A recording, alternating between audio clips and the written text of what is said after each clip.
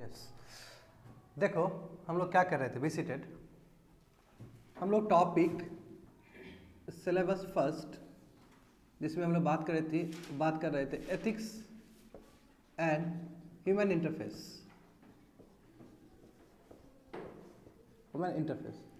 उसमें हम लोग बहुत कुछ बात किए हैं। उसमें हम लोगों ने एसेंस का बात किया है, उसमें हमने डायमेंशन का बात किया और भी बहुत सारी चीज़ बात की है। हम लोग जो पिछले क्लास में जो चल रहा था that is called your lessons learn from great administrator, reformers, academicians, entrepreneur and so on etcetera. तो बिल्कुल आज यहीं से बात करेंगे हम लोग। पिछले क्लास में क्या जिक्र हुआ था? पिछले क्लास में हम लोगों ने डॉक्टर एपीजे अब्दुल कलाम का बात किए थे, करेक्ट। इन्होंने क्या सीख दिया लोगों को। और आज बात करेंगे एक one of the great entrepreneur that is called your JRD. Tata. हम लोग जे.आर.डी. टाटा से क्या सीख सकते हैं? जे.आर.डी. टाटा वही है जिन्होंने टाटा ग्रुप को उस लेवल तक पहुंचाया है इंडिया में, जिन्होंने वेलफेयरिज्म का बहुत काम किया है, फिलैंथ्रोपिक वर्क बहुत किया है इन्होंने। फिलैंथ्रोपिक का वर्क का मतलब क्या होता है कि ठीक है, I am getting lot of revenue but it is my duty to serve to the nation by contributing some revenue. हम कुछ पैसा लगाएंगे डाउन टू अर्थ सेक्शन को उठाने के लिए, हम कुछ पैसा लगाएंगे ताकि कंट्री एक विकास करे। यदि कंट्री मान लो कि इतना दिक्कत में है, गर्त में है, it is the duty of every entrepreneur कि वो आगे आए, फ्रंट पे आए और देश के लिए कंट्रीब्यूट करे। तो आज इनके बारे में हम लोग पढ़ने वाले हैं, जे.आर.डी. टाटा ने क्या किया है और इनसे क्या क्या वैल्यूज हम सीख सकते हैं। क्यों? क्योंकि हमने पिछले क्लास में कहाँ तक छोड़ा था? ग्रेट एडमिनिस्ट्रेटर, हमने अब्दुल कलाम का बात किया, हमने मदर टेरेसा का बात किया है कि नहीं? मदर टेरेसा के बारे में बताया था मैंने कि कभी भी यदि कोई भी टास्क करना हो तो सबसे पहले सोचो कि कॉम्प्लेक्स टास्क कौन सा है। जो कॉम्प्लेक्स टास्क है उसी को आप चुनो फर्स्ट। क्यों? क्योंकि इसमें बहुत सारे चैलेंजेस होंगे। जब चैलेंजेस होगा तो आप उतने अच्छे से डील कर पाओगे, और डील नहीं भी करोगे during that course you will get to learn many things. क्योंकि जितना बड़ा गोल उतना ही चीज़ हमको सीखने को मिलता है। समझ रहे हो ना बात को? तो आज हम लोग बात करेंगे स्पेशली जे.आर.डी. टाटा का, और फिर उसके बाद हम लोग वर्गीस कुरियन का ही बात करेंगे, हम डॉक्टर स्वामीनाथन का ही बात करेंगे जिन्होंने ग्रीन रेवोल्यूशन भारत में लाया है। तो इन महान व्यक्ति से हम लोग क्या क्या सीख सकते हैं? ये सभी एंटरप्रेनर हैं, सभी एंटरप्राइजेस का मालिक हैं। तो first will start from our topic J R D. Tata. लिखना है तेजी से, माइंड में बताऊंगा मैं बिल्कुल, you have to write down very quickly.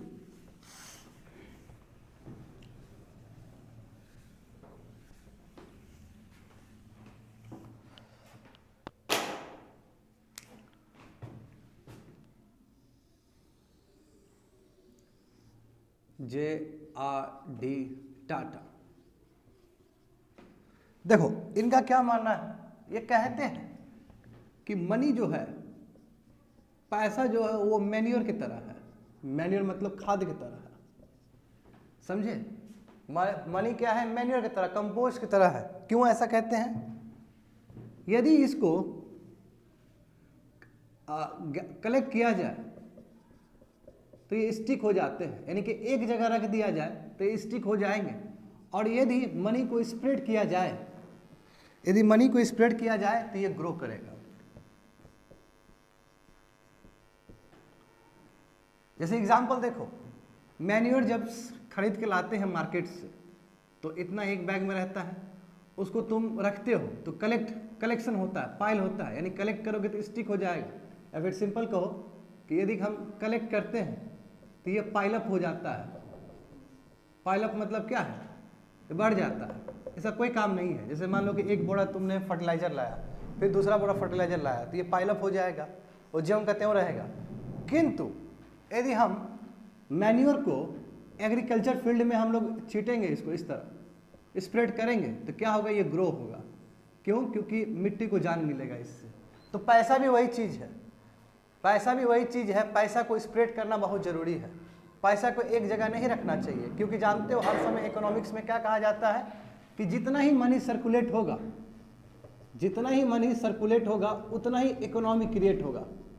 है कि नहीं। जो हमारे पास पैसा यदि तुम्हारी तरफ से आता है तो ये मेरा काम है कि इस पैसा को हम क्या करें, ट्रांसफ़र करें, ठेले वाला को दे, ठेला वाला दूसरे को देगा, फिर वो तीसरे को देगा, इसी तरह क्या होगा, रोजगार क्रिएट होगा। तो ये जीआरडी टाटा क्या कहते हैं कि मनी एक मैन्योर की तरह है, यानी कंपोस्ट खाद्य की तरह है। यदि हम इसको कलेक्ट करेंगे तो केवल पाइलअप होगा, कुछ नहीं होने वाला है। जैसे पानी को तुम कलेक्ट किए तो क्या हुआ, वैसे कि जैसा है जो का है तो वहीं वैसे ही रहेगा। किंतु यदि हम इसको खेत में पटाए, खेत में इसको लगाए तो क्या होगा, ग्रो होगा, उतना ही ग्रो होगा जितना हम सोचते हैं। तो मनी क्या करना चाहिए, जितना हम फैलाएंगे उतना बेटर। बात समझिए, ये इनका है। ये क्या कहते हैं, देखिए जो ट्रबल जो आते हैं लाइफ में, जो लोग को ट्रबल आते हैं, स्पेशली इंटरप्राइजेस लोग को आते हैं, क्योंकि जीआरडी टाटा इंटरप्राइजेस से रिलेटेड है, इंडस्ट्री से रिलेटेड है जी। इनके बारे में मैंने बताया है तुम लोग को। जो टाटा ग्रुप को जो शिखर पे ले गए हैं वो जीआरडी टाटा ही है। जमशेदजी टाटा इन्होंने फाउंड किया है, उसके बाद इनके जो वंशज थे जीआरडी टाटा, ये बहुत आगे ले गए हैं और अभी तक टाटा ग्रुप का नाम है। टीसीएस क्या है, टाटा ग्रुप का एक फैक्शंस है, करेक्ट। तो देखो ट्रबल जितने भी एक इंटरप्राइजेस में आते हैं, इसका रीजन क्या है, देखो इसका रीजन है पुअर इम्प्लीमेंटेशन। हम ठीक से उसको नहीं कर पाते हैं, उसको इम्प्लीमेंट नहीं कर पाते हैं। जैसे कोई बोलता है कि आईएएस बनना है उसको, तो वो आईएएस नहीं बन पाता है, जबकि वो बहुत पढ़ रहा है। क्यों नहीं बन पाता है, वो अपने स्ट्रेटेजी पे स्टिक नहीं रह पाता है। कभी मन करता है ये भी पढ़ ले, कभी मन करता है वो भी पढ़ ले। No, you have to stick with your strategy. तो ट्रबल जो भी आते हैं, troubles comes due to poor implementation, number 1। दूसरा क्या हो सकता है, रॉन्ग प्रायोरिटीज, गलत प्रायोरिटीज की वजह से भी आता है। क्या होता है रॉन्ग प्रायोरिटीज, अब हमको ए को ज़्यादा वैल्यू देना चाहिए था, हमने बी को दिया, हमने बी को दिया। तो रॉन्ग प्रायोरिटी देने के वजह से भी प्रॉब्लम आते हैं इस तरह का। समझ में आ रहा है सभी चीज, लिखना है प्लस समझना भी है उतना ही। ये तो 1-2 लाइन लिखा रहे हैं, मैं समझा रहे हैं ज़्यादा, कोशिश करो समझने का और वहाँ पे कोड वर्ड में लिखने का प्रयास करो। और तीसरा क्या हो सकता है, थर्ड क्या हो सकता है, अनअटेनेबल टारगेट्स। अब बताओ, तुमको पढ़ने का क्षमता तुम्हारे पास 10 घंटा का है, तुम 18 घंटा का सपना देख रहे हो, तो कैसे काम चलेगा फिर। यानी कि अनअटेनेबल टारगेट को भी अचीव करना पॉसिबल नहीं है। तो ट्रबल जो ऑर्गेनाइजेशन में आते हैं, ये 3 रीजन से आते हैं, ऐसा जेडी टाटा कहते हैं, जीआरडी टाटा ऐसा कहते हैं कि troubles in enterprises can comes due to the poor implementation, wrong priorities and third one is your unattainable targets. वो टारगेट जो अचीव किया ही नहीं जा सकता है, उस पर सोच रहे हो, तो कैसे होगा, सक्सेसफुल नहीं हो सकोगे। ये देखो, ये कहते हैं कि यस, गुड रिलेशनशिप पे फोकस करिए, गुड ह्यूमन रिलेशनशिप पे। यदि आप इंटरप्राइजेस का मालिक हो तो इस पे काम कर, कर्मचारी के साथ बहुत अच्छा बात करना। यानी कि कहने का मतलब क्या हुआ कि एम्प्लॉय और एम्प्लॉयर का जो रिलेशन है, नौकरी देने वाला और नौकरी लेने वाला, जो नौकरी कर रहा है उसके लिए, दोनों का रिलेशनशिप बहुत ही कॉर्डियल होना चाहिए कि कोई दिक्कत ना हो, कोई संवाद का कोई दिक्कत ना हो, कभी भी जाके उससे बात किया जा सके, ये होना चाहिए। रिलेशनशिप बहुत स्ट्रांग होना चाहिए, समझ गए। ये कहते हैं कि देखिए, एवरीथिंग कैन बी अचीव्ड, सभी चीज़ अचीव हो सकते हैं, सभी चीज़ अचीव हो सकते हैं। उसके पीछे क्या होना चाहिए, डीप थॉट। यदि हम गहरा दिमाग से सोचें और हार्ड वर्क करें तो एवरीथिंग कैन बी पॉसिबल। ये 2 चीज़ से हम अचीव कर सकते हैं, है कि नहीं है। यूपीएससी, डीप थॉट बहुत पढ़ना होगा और हार्ड वर्क उतना ही चल रहा है। Yes, we can achieve anything, anything can be achieved. यहाँ पे लिख दो, तुम लोग खुद ही कोड वर्ड में लिखा करो, anything can be achieved by deep thought and hard work. अब देखो, ये कह रहे हैं कि देखिए, लीड, आपको यदि लीडर बनना है, टू बी अ लीडर, आपको यदि लीडर बनना है तो you have to focus on affection. अब बताओ, लीडर किसके लिए बने हो, पीपल के लिए बने हो। अब पीपल के लिए अफेक्शन ही नहीं है, बात समझ रहे हो ना, प्यार मोहब्बत ही नहीं है लोग के लिए, तो कहा है क्या लीडर फिर।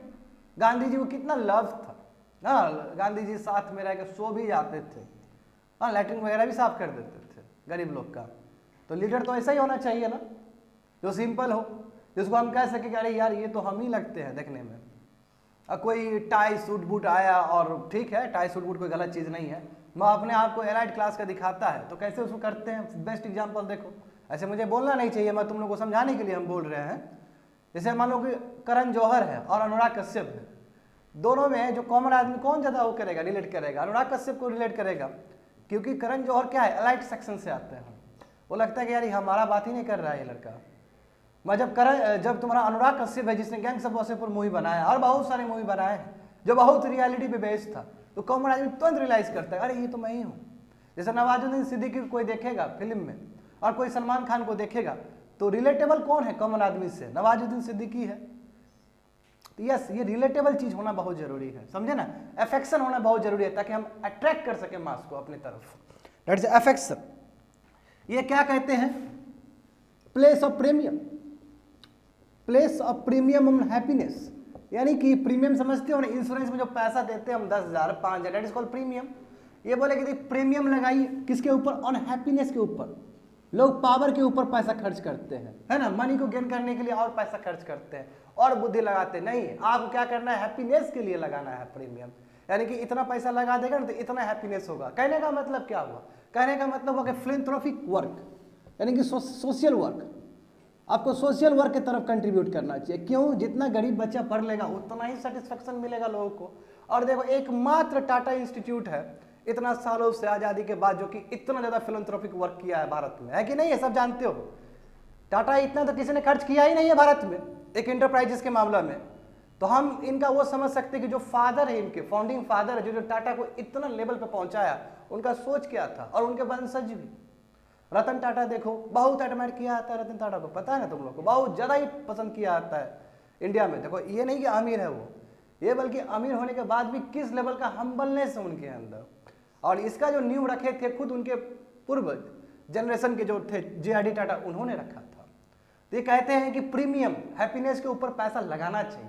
और वो प्रीमियम का मतलब कुछ नहीं है, interest to the society, that is your social work. यानी कि ये क्या है? Interest of the nation. हमें नेशन की तरफ काम करना चाहिए। यदि हम नेशन के लिए कंट्रीब्यूट करेंगे तो ऑटोमेटिकली जो हैप्पीनेस है, जो सेटिस्फैक्शन है, वो सभी हमको मिलना ही मिलना है। बात समझ रहे हो ना? देखो, इनका एक बहुत ही अच्छा कोटेशन है, मैं थोड़ी देर में बताऊंगा, मगर मैंने पहले ये बता देता हूं। प्रोडक्टिविटी, प्रोडक्टिविटी एंड एफिशिएंसी क्या होता है? काम करने का तौर तरीका होता है जी। यानी कि आज हम 10 घंटा काम कर रहे हैं तो कल हम 11 घंटा काम करेंगे, परसों 12 घंटा काम करेंगे। That is a productivity, that is efficiency. दोनों का मतलब सेम है। एफिशिएंसी जैसे एग्रीकल्चर के हिसाब से करो कि 1 हेक्टेयर में इतना टन उग रहा है, तो कल के दिन में उससे ज़्यादा बेटर यदि कल्टीवेट होगा तो हम ज़्यादा अच्छा बोलेंगे कि एफिशिएंसी ज़्यादा अच्छा है। जैसे मान लो कि तुम लोग 10 घंटा पढ़ा, 10 घंटा पढ़ाई किया, मगर जब कैलकुलेट किया है तो मात्र 1 घंटा का निकला, तो एफिशिएंसी बहुत लो है, प्रोडक्टिविटी बहुत लो। दोनों एक ही मीनिंग है जी, समझ रहे हो ना? तो यानी कि यहाँ पे कहने का मतलब है कि प्रोडक्टिविटी और एफिशिएंसी, यानी कि आपका काम करने का जो तरीका है जिसमें आउटपुट बहुत अच्छा छुपा हो, आउटपुट बाय इनपुट। प्रोडक्टिविटी का मतलब क्या है? कि जो आपका आउटपुट है बाय इनपुट, इनपुट लगा रहे तो आउटपुट कितना आ रहा है। यदि मान लो कि इनपुट बहुत लगा है, 100 यूनिट लगा है, और यदि 90 यूनिट हमारा आउटपुट आ रहा है तो हम कहेंगे कि बहुत बेटर है। यदि मान लो 100 यूनिट लगा रहे हो तुम इनपुट और तुमको 1 यूनिट आउटपुट निकल रहा है, क्या फायदा हुआ? फिर कुछ फायदा होगा उसका? कुछ फायदा नहीं होने वाला। ये कैसे अचीव होगा? प्रोडक्टिविटी और एफिशिएंसी कैसे अचीव होगा? तो ये स्टेप बाय स्टेप अचीव हो सकता है, एक बार में अचीव नहीं होता है, स्टेप बाय स्टेप अचीव होता है। वो भी कैसे? Through hard work. यह हार्ड वर्क होता है, कोई एक ही बार में जे.आर.डी. टाटा नहीं बन जाता है। बात समझे ना? यानी कि एक बहुत बड़ा ऑर्गेनाइजेशन है, एक ही दिन में वो $3 ट्रिलियन का कैपिटलाइजेशन नहीं बन गया। मैं एप्पल के बारे में बात कर रहा हूं। तो फिर step by step, step by step, step by step, through hard work will achieve this things. तो अचीव, आराम से अचीव हो जाएगा। आई होप समझ में आ रहा है। ये सब हम नहीं कह रहे हैं, जे.आर.डी. टाटा अपने मेहनत से बोल रहे हैं, क्योंकि वो प्रूवन आदमी है और उनके लाइफ से हम बहुत कुछ सीख सकते हैं। और ये तुम्हारा टॉपिक ही है कि क्या हम सीख सकते हैं इंटरप्रेन्योर से, इंटरप्राइजेस से। तो ये हो गया तुम्हारा। उसके बाद देखो, ये बोल रहे हैं कि देखिए, अब यही नहीं कि मैं यहाँ लिख रहा हूँ तुम लोग भी यहाँ पे लिखोगे, मेरे पास स्पेस कम है इसलिए मैं ऐसा लिख रहा हूँ। समझ में आ गया ना जी? तुम्हारे पास स्पेस है, वहाँ पे लिखो, बढ़ो। देखो, ये कहते हैं परफेक्शन की तरफ मूव करो जी। यदि परफेक्शन की तरफ मूव करोगे तो कम से कम एक्सेलेंस तो होना ही है, तुमको एक्सेलेंस तो मिलना ही है। You'll get excellence. If we move towards the perfection in work ethics, we'll eventually find a route towards excellence. यानी कि आपको एक्सेलेंस तो मिल ही जाएगा, यानी कि हम परफेक्ट वो अचीव करेंगे तो करेंगे ही करेंगे। और जब हम गोल अचीव कर लेंगे ना तो लगेगा कि ठीक है, परफेक्शन नहीं हुआ, एक्सेलेंस तो हुआ है काम। तो ये कहते हैं जे.आर.डी. टाटा, समझे ना? ये कहते हैं कि हम हम्बल रहने से कोई पैसा नहीं लगता, हम्बल कॉस्ट नथिंग। विनम्र रहने में कोई पैसा नहीं लगता है लोगों को, हम्बल रहिए। देखो रतन टाटा में हमको दिखता है ये सभी चीज़, है कि नहीं, बहुत ही हम्बल है। किसी के साथ भी बात कर सकते हैं, वो नीचे बैठ के भी बात कर सकते हैं, चेयर में भी बात कर सकते हैं। तो बिल्कुल ये एग्जाम्पल है। तो ये सब जे.आर.डी. टाटा का मानना है, जो कि अभी भी यूथ सब बहुत कुछ सीख सकता है इनसे। ठीक है, तो मैं इनके वैल्यूज के बारे, ये तो हो गया, इनके वैल्यूज के बारे में बताऊंगा। नीचे करके लिख सकते हो कि वैल्यूज क्या क्या वैल्यूज इनके लाइफ से हम सीखते हैं।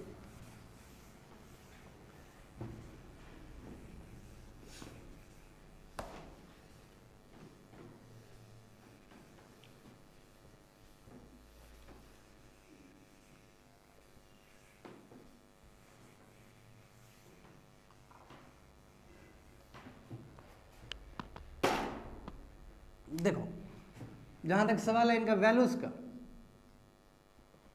तो बहुत कुछ सीख सकते हैं इनसे। डिसिप्लिन सीख सकते हैं, कैसे डिसिप्लिन रहना है ऑर्गेनाइजेशन में। लव सीख सकते हैं towards people of India. Dreaming big सीख सकते हैं, कैसे बड़ा सोचा जाए, ड्रीमिंग बिग। स्ट्रैटेजी सीख सकते हैं, स्ट्रैटेजी सीख सकते हैं जी। पैट्रियटिज्म सीख सकते हैं, कैसे देश के लिए सेवा करना, क्योंकि यदि कोई फिलंथ्रोपिक वर्क कर रहा है तो पैट्रियटिज्म का ही हिस्सा है कि नहीं है? बिल्कुल पैट्रियटिज्म का ही हिस्सा है। पैट्रियटिज्म सीख सकते हैं जे.आर.डी. टाटा से हम डाइवर्सिटी सीख सकते हैं, डाइवर्सिटी सीख सकते हैं। हम टैलेंट डेवलपमेंट सीख सकते हैं। टैलेंट इन्होंने बहुत डेवलप किया है, टैलेंट पता है बहुत ज़्यादा। ये कहते हैं कि रेस्पॉन्सिबिलिटी देने से पहले टैलेंट को दिया जाए। यानी कि देखो तुमको हम काम दिए है ना, यानी कि तुमको रिस्पॉन्सिबिलिटी दी है, उससे पहले जरूरी है कि हम क्या करें, टैलेंट डेवलपमेंट करें, यानी कि स्किल पे काम करें। इनका बहुत ज़्यादा फोकस था, जे.आर.डी. टाटा का फोकस क्या था, स्किल डेवलपमेंट में, फोकस ऑन स्किल डेवलपमेंट। अब कुछ आता ही नहीं है और काम करने चले हो तो कैसे होगा फिर, focus on skill development. Talent development हुआ, उसके बाद ये फिजिकल फिटनेस पे भी बात करते थे। शरीर नहीं है तो कुछ नहीं है, physical fitness very very important. उसके बाद ये इंटीग्रिटी, इंटीग्रिटी का ही बात करते थे जे.आर.डी. टाटा। देखो ये बहुत ही अच्छा एक कोटेशन है, मैं लिखा दे रहा हूँ तुम लोग को, बाद में काम आएगा, बाद में तोड़ के इसको तुम जस्टिफाई करना। इनका कोटेशन है एक, मैं छोड़ नहीं सकता हूँ, ये लिखा देता हूँ। देखो, when you work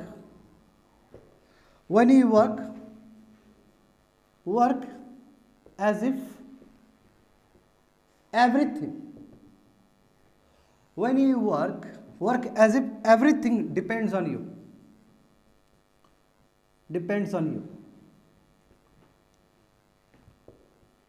when you pray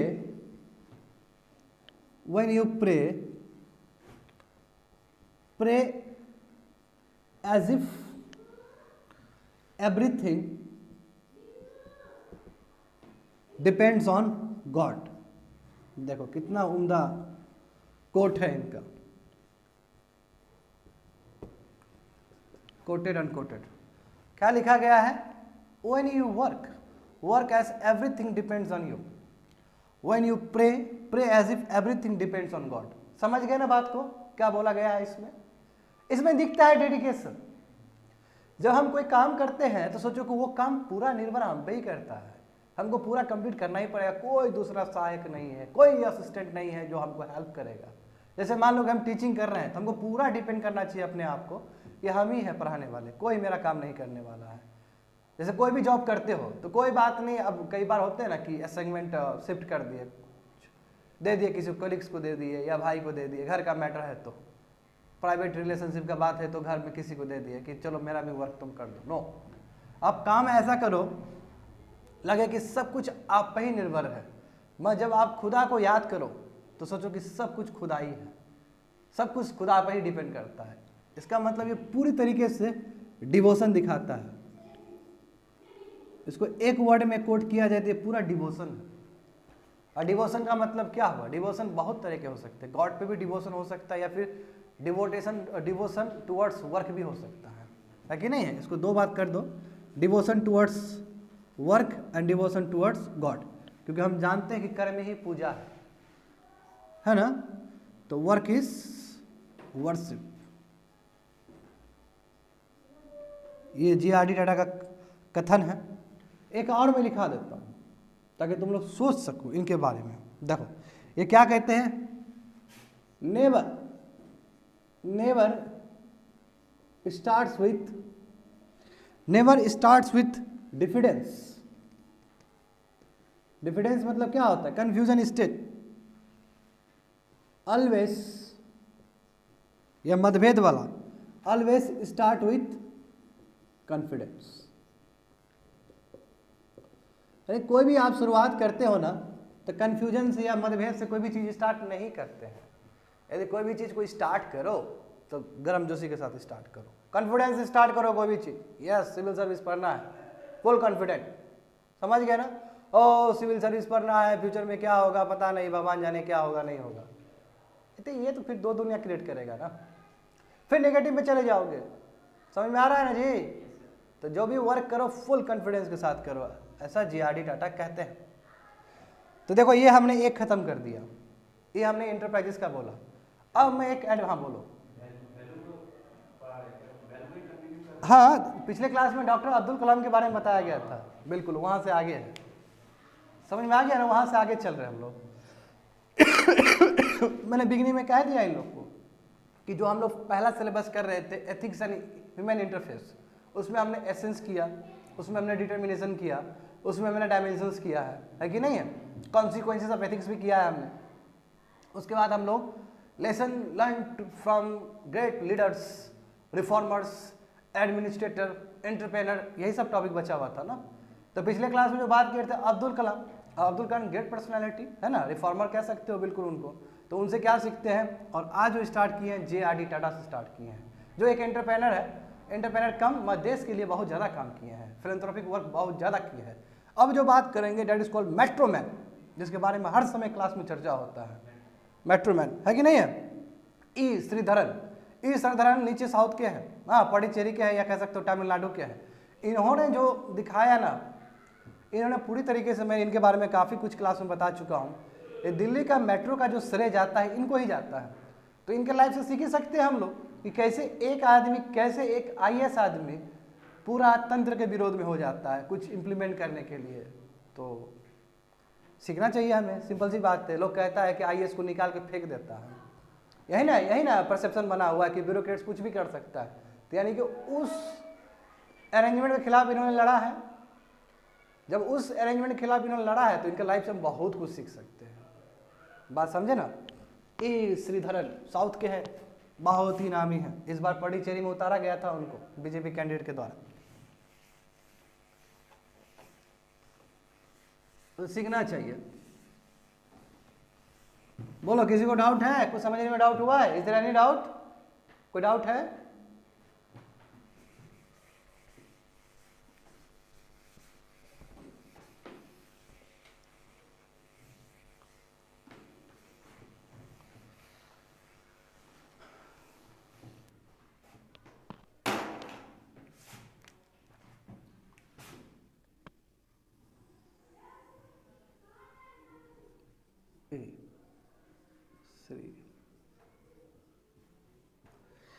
Sreedharan, देखो ये क्या कहते हैं कि तुम्हारा जो विजन है, not to be restricted by conventions या फिर एक्सपेक्टेशन। बहुत ही बड़ा शब्द है जी, ये तुमको पूछ भी सकता है वहां पे कोट करके। तुम्हारा जो विजन है कोई भी चीज को प्राप्त करने का, वो कन्वेंशन से रुकना नहीं चाहिए, एक्सपेक्टेशन से रुकना नहीं चाहिए। क्या है? मेट्रो मैन, हाँ दिल्ली में नहीं बनाने देंगे इसको। कन्वेंशन है कि दिल्ली में नहीं बना सकता है। क्यों? उस तरह तुम्हारा पब्लिक जो मास्टर्स थे उस समय, उन्होंने उस तरह क्रिएट कर दिया। भैया नहीं रुके उस कन्वेंशन से, वो एक्सपेक्टेशन से भी नहीं रुके कि ऐसा ऐसा होगा तो क्या होगा। नहीं होता। आदमी काम करने से पहले ही सोचता है कि यदि हम ऐसा करते हैं तो फ्यूचर मेरा ब्लैक हो सकता है, फ्यूचर खराब हो सकता है, क्या है ये सब चीज़। तो ये बोलते हैं अपना विजन के लिए आप कुछ भी करिए, मत झुकना नहीं है। कन्वेंशन जो मान लो कि यदि राजा राम मोहन रॉय इतना सती सिस्टम को हटा दिए, कन्वेंशन क्या था, नॉर्म्स था कि नहीं था सोसाइटी का, वो कहाँ डरे उससे, उसने पूरा चुनौती दिया है। तो एक्सपेक्टेशन क्या हो सकता है कि आने वाले समय में राजा राम मोहन रॉय को बहुत सारा दिक्कत का सामना भी करना पड़ा हो, उस समय करना पड़ा ही। हम जानते हैं कि राधाकांत देव ने भी न्यूज़पेपर लिखना शुरू कर दिया था, बताएं कई बार क्लास में, है ना, संवाद कुमुदिनी के अगेंस्ट समाज पत्रिका छपता ही था। ये मैं बता रहा हूँ, राजा राम मोहन राय का बता रहा हूँ, कितने भी बड़े बड़े रिफॉर्मर्स हुए हैं, सबके खिलाफ तो होता ही है कुछ कुछ, तो मगर वो वही आदमी महान है, उसी का विजन पूरा होता है जो कन्वेंशन से और एक्सपेक्टेशन से झुकता नहीं है, उससे बियॉन्ड चला जाता है। That is the vision of Sreedharan, ये इनका विजन था। ये क्या कहते थे, बी प्रेसिडेंट रहो जी। क्या होता है, स्ट्रॉन्ग डिटर्मिनेंट, यही ना हुआ जी प्रेसिडेंट, मतलब स्ट्रॉन्ग डिटर्मिनेशन होना चाहिए, स्ट्रॉन्ग विल पावर, छोटा विल पावर होने से कुछ नहीं होगा, स्ट्रॉन्ग विल पावर। और ये क्या कहता है, ये कहते हैं कि ऐसा रहो, तुम ऐसा रहो कि यू कैन अप्रोच टू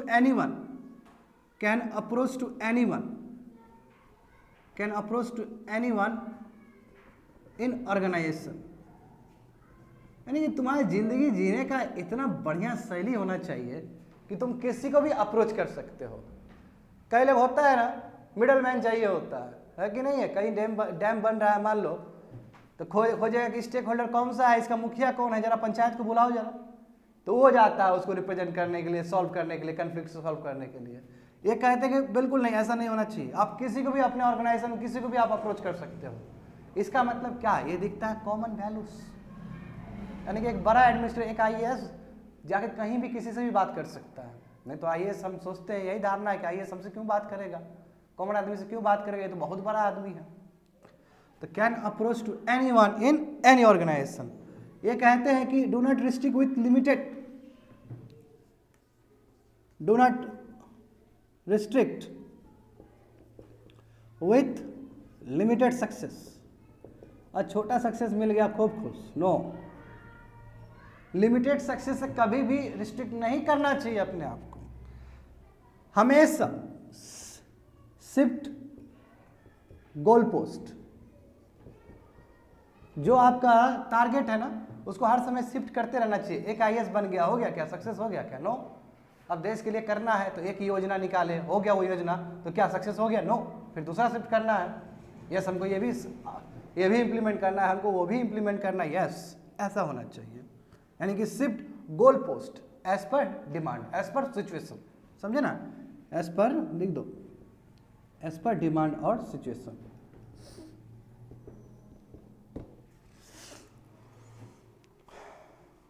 देखो ये तो बात करेंगे ही, बहुत इंपॉर्टेंट बात है।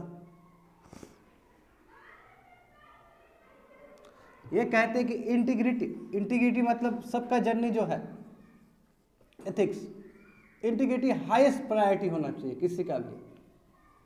जिस आदमी का हाईएस्ट प्रायोरिटी इंटीग्रिटी हो ना, कोई प्रॉब्लम नहीं होगा उसको।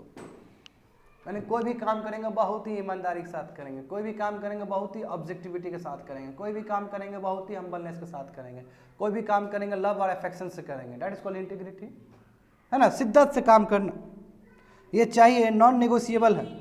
एथिक्स हाईएस्ट प्रायोरिटी होना चाहिए, यानी कि हाईएस्ट प्रायोरिटी क्या होना चाहिए, एथिक्स होना चाहिए। एथिक्स से कॉम्प्रोमाइज़ नहीं करना चाहिए, कभी कॉम्प्रोमाइज़ नहीं करना चाहिए अपने वर्क एथिक, अपने वर्क कल्चर में कॉम्प्रोमाइज़ कभी करना ही नहीं चाहिए।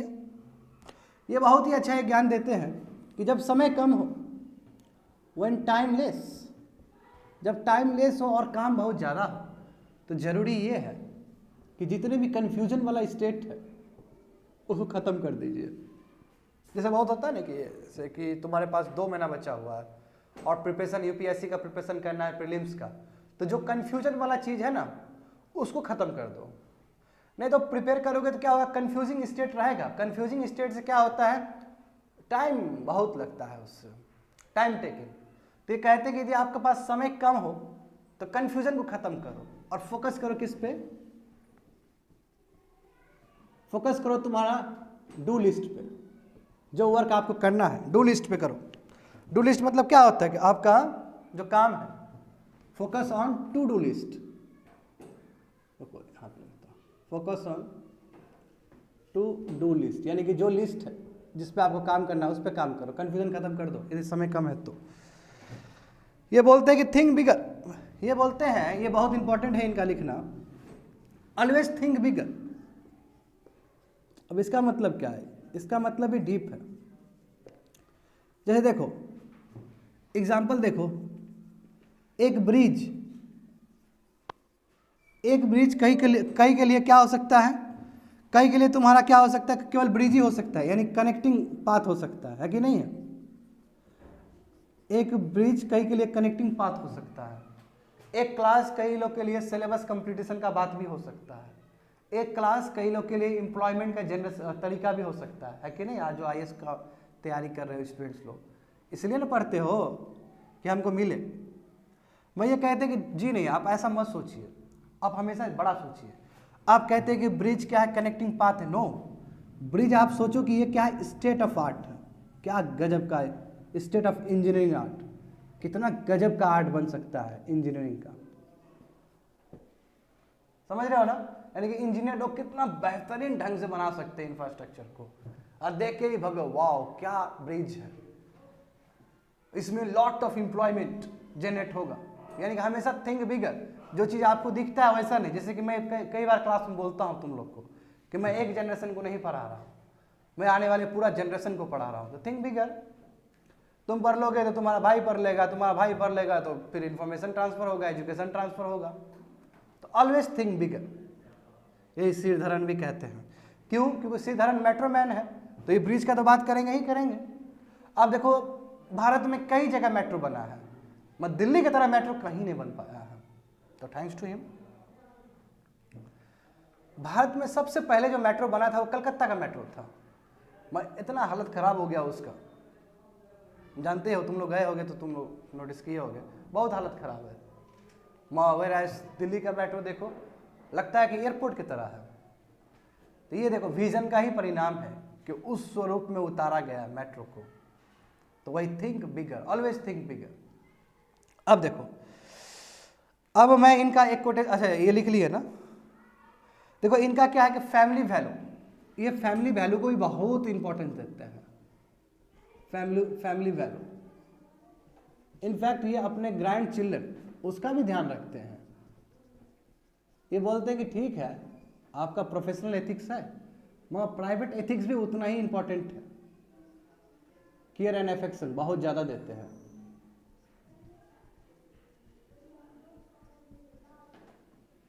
फैमिली वैल्यू, फैमिली को रखे ही है, साथ साथ जो फैमिली में जो सबसे छोटा हो सकता है that is grand children, grand children को भी एक केयर अफेक्शन देते हैं। तो ऐसे एडमिनिस्ट्रेटर से जरूर सीखना चाहिए सभी लोग को। देखो इनका एक लाइन है, मैं जरूर बताना चाहूँगा, which is a very very important. इनका कोट है, ये मैं लिखा देता हूँ, तुम लोग जस्टिफाई हो गया ना सब चीज़। अब कुछ चीज़ समझ में नहीं आया तो ask me.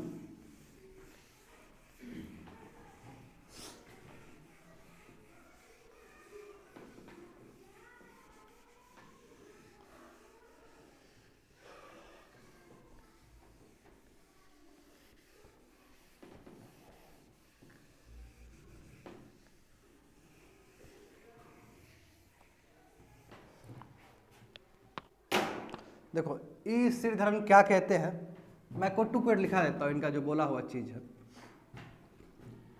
I don't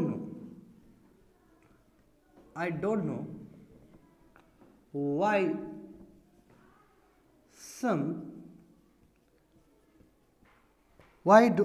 some bureaucrats are not able to function, क्यों नहीं काम कर पाते हैं? they should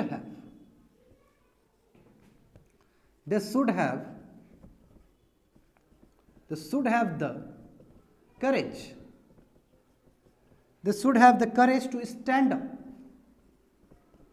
to stand up to their conviction, to their convictions. S लगा देना. And take decisions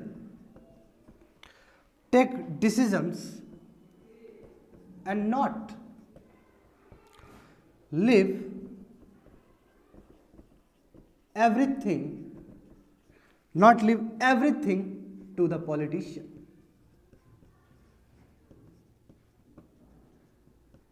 coated unquoted, इसलिए मैं हूबहू लिखा रहा हूं, ठीक है ना, इसलिए मैं उनका बोला हुआ कथन को लिखा रहा हूं. कोटेड अनकोटेड लिख देना. देखो क्या है इसका मतलब, मुझे समझ में ही नहीं आता कि क्यों ब्यूरोक्रेट्स अपना काम नहीं कर पाते हैं. समझो इस बात को. उसके पास करेज होना चाहिए अपने कन्विक्शन को लेकर उठने का और डिसीजन लेने का. जरूरी नहीं कि हर एक चीज हम पॉलिटिशियन पे ही छोड़ दें. यस, हमें खुद भी काम करना होगा भारत के निर्माण के लिए, क्योंकि हम ब्यूरोक्रेट्स हैं. ब्यूरोक्रेट्स का मतलब है इम्प्लीमेंटेशन. समझ गए ना, इतने हाई कन्विक्टेड वाले लोग हैं ये सब, इस तरह. अब बात करेंगे सिमिलर लेवल पे वर्गीस कुरियन. वर्गीस कुरियन, आज देख तो अमूल का दूध पीते हो कि नहीं पीते हो, credit goes to the Verghese Kurien. इन्होंने पूरा क्रांति ला दिया अमूल के दूध में.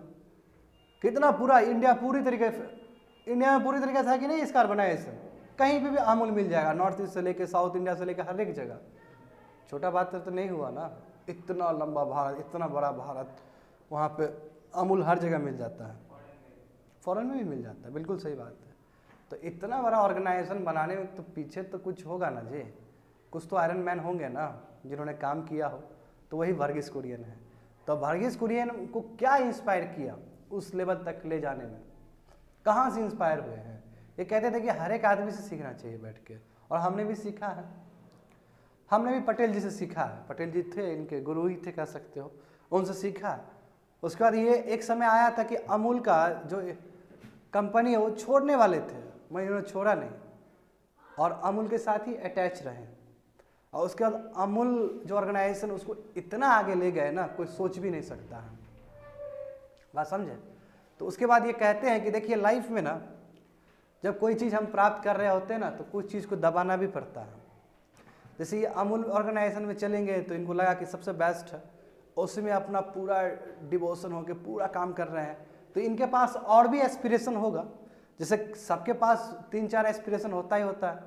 जब एक आदमी एक पर्टिकुलर गोल में चला जाए तो बाकी जो गोल है उसको दबाना पड़ता है. कोई सोचेगा कि हम सब कर ले, तो ऐसा पॉसिबल नहीं है. आप कुछ भी एक काम करिए, शिद्दत से करिए. ये वर्गीस कुरियन के लाइफ से हम सीख सकते हैं. समझ गए ना. इसको तोड़ सकते हो, समझ गए ना. यदि तुमको इस तरह यूपीएससी में आ जाए, कोई इसी तरह आता है, देखे हो कि नहीं देखे हो. जब इंटेलेक्चुअल क्लास तुम लोग का लेते हैं तो उस समय कोट आता है कि नहीं आता है, तो बिल्कुल आ सकता है कोट. तो ऐसा होना चाहिए कि yes, by seeing the quote आराम से उसको डिकोड कर लो एंड राइट डाउन.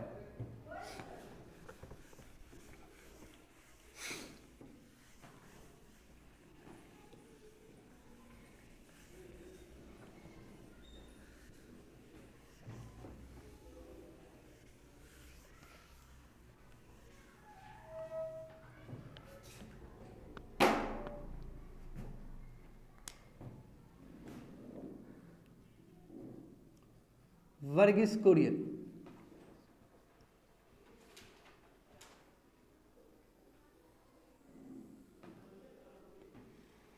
देखो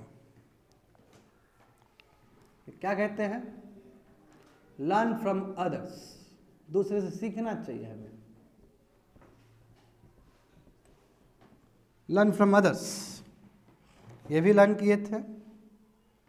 फ्यूज टैलेंट कहते हैं, फ्यूज टैलेंट जो आपके पास टैलेंट है, इंटेलिजेंस जो आपके पास इंटेलिजेंस है, और आपके पास जो एनर्जी है, वो सभी को फ्यूज करो टुगेदर, तब देखो क्या होता है. समझे ना. जो आपके पास टैलेंट है, आपके पास जो इंटेलिजेंस है, आपके पास ज्ञान है, और जो आपके पास एनर्जी है, तीनों को जोड़ो, you'll get your vision. And always be team play. ये क्या कहते हैं, always be team player, team player बनना चाहिए। टीम प्लेयर मतलब क्या है? यस, कलेक्टिव काम करना। टीम प्लेयर मतलब क्या है कि टीम स्पिरिट पे काम करना चाहिए। अकेले ही हो जाएगा, हम कर लेंगे, नो, आप एक ऑर्गेनाइजेशन में हैं, टीम स्पिरिट के साथ काम करिए, है ना। वर्गीस कुरियन तो बिल्कुल ऑर्गेनाइजेशन का ही वो है, रिप्रेजेंट करते हैं, ऑर्गेनाइजेशन को ही रिप्रेजेंट करते हैं। ये कहते हैं कि देखिए, एक लीडर जो होता है, एक कोई भी लीडर होता है, वो सक्षम है कि अपने able to put his vision to the team vision. एक जो लीडर होता है ना, वो अपने विजन को टीम का विजन बना सकता है कि नहीं यार। सीधा एग्जाम्पल ऑफ महात्मा गांधी, उनका विजन था कि अंग्रेज को हटा देंगे, लीड किए कि नहीं किए, सबका विजन वही बन गया, देश छोड़ो आंदोलन हुआ उसके बाद, है कि नहीं है, non cooperation movement, quit India movement, और फाइनली हमको मिलता है इंडिपेंडेंस 1947 में जाके। तो कहते हैं कि लीडर का काम यह है कि अपने विजन को टीम विजन में कन्वर्ट करे। उतना कन्विंसिंग पावर होना चाहिए, उतना उसका आदर होना चाहिए उस ऑर्गेनाइजेशन में। अब कोई बदमाश आदमी है जिसको कोई पसंद नहीं करता है, ऐसा कोई बोले कि हमारा विजन ये है, सब करो, साथ में काम करो, ऐसा कभी नहीं हो सकता है। ये कहते हैं कि बी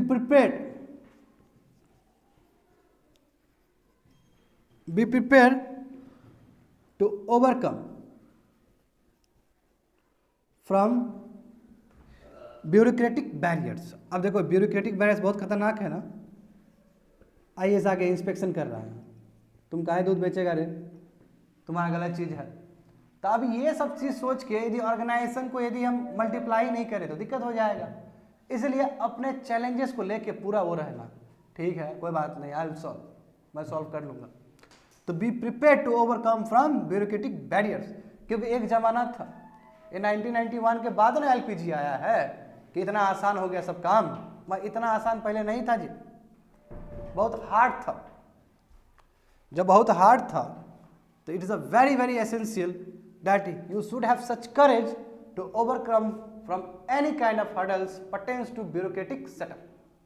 कोई भी ब्यूरोक्रेसी से रिलेटेड कोई प्रॉब्लम्स हो तो कैसे उसको हटाया जाए, उस चैलेंज से कैसे जूझा जाए, ये सभी स्किल होने चाहिए।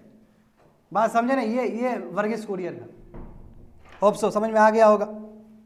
ही always say act with courage, courage के साथ एक्ट करना चाहिए। बात समझे ना, करेज के साथ एक्ट करना चाहिए। अब देखो, मिल्क जो व्हाइट रेवोल्यूशन आया है हमारे भारत में, credit for white revolution. White revolution का मतलब क्या है जी? दूध, माल न्यूट्रिशन से ओवरकम करने के लिए दूध का बहुत जरूरी है कि नहीं है, उसमें इन्होंने दिशा दिया। तो हम कह सकते जैसे स्वामीनाथन को क्रेडिट जाता है एग्रीकल्चर के लिए, on similar line white revolution का श्रेय जाता है किसके ऊपर? वर्गीस कुरियन को जाता है। जैसे ग्रीन रेवोल्यूशन, सिंपल वे में ग्रीन रेवोल्यूशन का क्रेडिट जाता है स्वामीनाथन को, तो व्हाइट रेवोल्यूशन का क्रेडिट जाता है वर्गीस कुरियन को। और इन्होंने बहुत प्रॉब्लम झेल के वो पहुंचाया है। इसलिए कहते हैं एक्ट विथ करेज, करेज के साथ काम करना चाहिए। और जितने भी लोग हैं जो opposite to interest of nation के लिए काम कर रहे हैं, उसके अगेंस्ट उठना। Opposite to interest of nation, उसके विरोध में क्या करना? अपोज करना। कोई भी देश के खिलाफ अलग सोच रहा है, ओ मत करो ना यार, इससे देश फायदा होगा पर्टिकुलर, नो, हमें देश के लिए काम करना होगा। कई लोग होते हैं ना, एंटी नेशनल वाले लोग सब होते हैं जो हर समय पड़े रहते हैं कैसे अपना रोटी सेक के कहाँ से कमाई करें। ऐसा बहुत होता है। एक जम्मू एंड कश्मीर का ही एग्जांपल देख लीजिए, 70 साल से जम्मू एंड कश्मीर फंसा रहा, कितना कमाई हुआ हुर्रियत वाले लोग का, वर्ल्ड पॉलिटिक्स कितना सेका गया उस पर, तो देश का तबाही हुआ ना उससे। नो, ऐसे लोग के साथ हम नहीं रहेंगे। और यदि ये लोग ऐसा कर रहा है तो यस, हमारे पास करेज होना चाहिए कि हम इसके अपोजिट में काम कर सके। ये वर्गीस कुरियन कहते हैं। तो act with courage and opposite to the interest of the nation. Opposite का मतलब क्या है? पर्सन्स, जो भी पर्सन्स जो उल्टा सोच रहे हैं, इंटरेस्ट ऑफ नेशन के खिलाफ जो सोच रहे हैं, उसके विरोध हम लड़ सकते हैं। देखो ये माइंड मैप है, यहाँ पे ग्रामर चेक नहीं होता है, इसमें आपको लिखने पड़ते तेजी से, कुछ कुछ वर्ड खुद भी लिखना पड़ता है, बहुत कुछ बोल के निकल जाएंगे। You have to write down everything, कोशिश करना लिखने का। इनके बारे में बताना चाहूँगा कि ये कहते हैं कि इंटीग्रिटी, जैसे कि इससे पहले मैंने बताया था मेट्रोमैन ई श्रीधरन के बारे में मैंने क्या बोला कि इंटीग्रिटी, तो ये भी कहते हैं कि इंटीग्रिटी सबसे हाईएस्ट प्रायोरिटी होना चाहिए, इंटीग्रिटी हाईएस्ट प्रायोरिटी होना चाहिए, हाईएस्ट प्रायोरिटी। ये देखो ये चीज कहते हैं जो कि मैं हमेशा तुम लोग को बोलता हूं,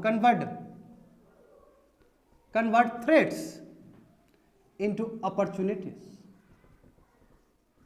और वही सक्सेसफुल भी होता है। जैसे बेस्ट एग्जांपल यदि मैं लूँ यूपीएससी का ही, तो इस बार जो टॉप किए हैं शुभम कुमार, पहली बार दुनिया ने कोविड देखा, करेक्ट, कोविड देखा, उसमें भी कोई एक है विद्यार्थी, कोई है ना, बिहार का लड़का कोई है जो टॉप कर जाता है इंडिया। पहली बार हुआ ना, अब तो देखो अब हो गया तो ये थर्ड फेज हो गया ना, तो लोग समझ गए कि न्यू नॉर्मल हो गया ये। हाँ, न्यू नॉर्मल हो जाता है कोई भी चीज़, बार बार आप चैलेंजेस को झेलते हैं। तो वो पहली बार इन्होंने क्या किया, क्राइसिस को, थर्ड मतलब क्या, क्राइसिस को अपॉर्चुनिटी में चेंज करके नंबर 1 भारत का वो बने हैं। तो यही ऐसे ही लोग सक्सेसफुल भी होते हैं कि अच्छा ये क्राइसिस हो गया, लोग नहीं पढ़ रहे होंगे, यस अभी टाइम है, लगा दो, झोंक दो अपने आप को, समझ गए ना। तो always try to convert your crisis into opportunity, ये ऐसा कहते हैं। ये कहते हैं कि हाई स्टैंडर्ड होना चाहिए, स्टैंडर्ड जो होना चाहिए बहुत हाई होना चाहिए, हाई स्टैंडर्ड, इसको प्रायोरिटाइज करना बहुत जरूरी है, हाई स्टैंडर्ड को। और ये कहते देखो ये बेस्ट कहते हैं ये कि ट्रेनिंग, सेम उनके तरह ट्रेनिंग को बहुत ज़्यादा प्रमोट करना चाहिए। किसी को आप रिस्पॉन्सिबिलिटी दे देते हैं, है ना, कोई मान लीजिए कि आप एम्प्लॉयर है, आप यदि एक इंटरप्राइजेस में आप नौकरी देते हैं किसी को, कोई आपके पास आया तो आपने क्या किया कि कुछ रिस्पॉन्सिबिलिटी दे दिया कि बाबू तुम ये डिपार्टमेंट में काम करो, हाँ उसका जॉब लग गया। ये बोलते कि ऐसा नहीं होना चाहिए, पहले ट्रेनिंग देना चाहिए, स्किल डेवलप करना चाहिए, उसके बाद वो अपने आप रिस्पॉन्सिबिलिटी कर लेगा। तो ट्रेनिंग को ये नंबर 1 रखते थे इंटरप्राइजेस में कि ट्रेनिंग मस्ट होना चाहिए, यानी कि ट्रेनिंग मतलब क्या हुआ, स्किल डेवलपमेंट, जैसे कि जे.आर.डी. टाटा कहते थे, स्किल डेवलपमेंट में फुल फोकस करते थे। ये बात समझे। अभी मैं इनके बारे में एक कोटेशन लिखाऊंगा, will be very happy to C.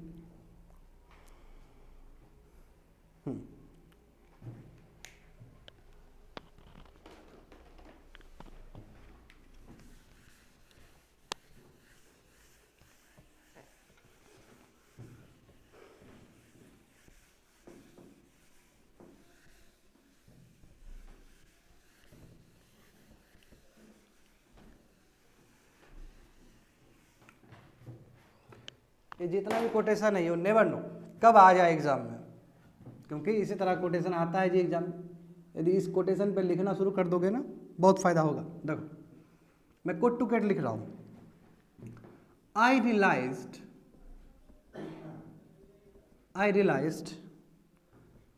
In all humility, comma, that choosing to lead one kind of life means putting aside the desire